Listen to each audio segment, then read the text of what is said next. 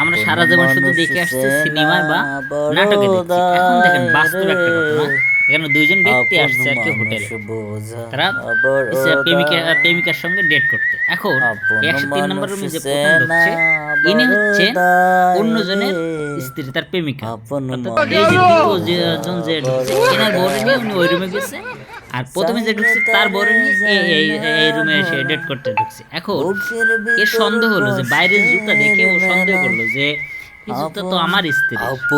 এখন সে কনফার্ম এটা তার স্ত্রীর জুতা, এবং সেটা নিশ্চিত হওয়ার পরে সে ওখানে দাঁড়িয়ে একটু ইনভেস্টিগেট করলো এবং সে 103 নম্বর রুমে নক করলো ভিতরে কে আছে, এবং ভিতর থেকে একজন বেরিয়ে আসলো স্যান্ডো গেঞ্জি গায়ে দিয়ে, সে তার সাথে কথা বলতেছে। এবং দুজনের ভিতরে যখন কথা হচ্ছে, ঠিক সেই মুহূর্তে ওনার স্ত্রী যে চেক শার্টালা যে নিয়ে ডেটে গেছিল, হঠাৎ তার স্ত্রী বেরিয়ে আসছে। অর্থাৎ এরুম থেকে তার স্ত্রী বেরিয়েছে। আর স্যান্ডো গেঞ্জি গায়ে দেওয়া লোকটি দেখলো যে তার স্ত্রী, দেখে সে তো মনে করো অবাক, আমার স্ত্রী নিয়ে ও ঢুকছে আর এর স্ত্রী নিয়ে ঢুকছে, তো অবাক।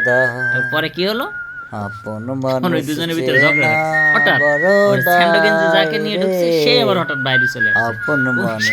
স্ত্রীকে দেখে মনে করেন যে টোটালি একটা হতভম্ব হয়ে গেছে। কিরে মানুষ সে না বড় দায়।